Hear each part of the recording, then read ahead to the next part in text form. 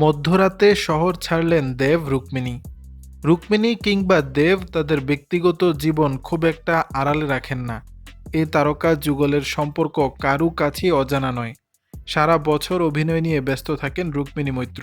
দেব প্রযোজনা থেকে শুরু করে অভিনয়, নিজের এলাকার কাজ সবটাই দক্ষতার সঙ্গে করে থাকেন। তবে এবার কিছুটা একান্ত যাপনের সময় পেলেন দেব, সঙ্গী রুক্মিণী। মধ্যরাতে কলকাতা বিমানবন্দরে দেখা গেল অভিনেতা ও তার বান্ধবীকে। এদিন কালো প্যান্ট কালো শার্টে দেখা যায় দেবকে। অন্যদিকে রুক্মিণীর পরনে ছিল লাল জামা, কালো জ্যাকেট এবং কালো কার্গো প্যান্ট। জানা গেছে তারা দুজন মিলে ছুটি কাটাতে যাচ্ছেন। রুক্মিণী বিমানবন্দর থেকে বেশ কিছু ছবি সামাজিক যোগাযোগ মাধ্যমে ভক্ত অনুরাগীদের মাঝে শেয়ার করেছেন। ছবি দেখে জানা যায়নি কোথায় যাচ্ছেন তারা। এবার সকাল হতেই সামনে এলো এক অন্য ছবি, যা এক কথায় মুগ্ধ করেছে সকলকেই।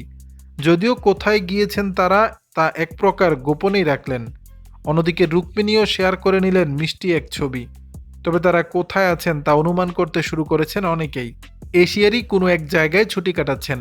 কর্মব্যস্ততা থেকে শত শত মাইল দূরে একান্তে সময় কাটাতে ব্যস্ত দুজনে।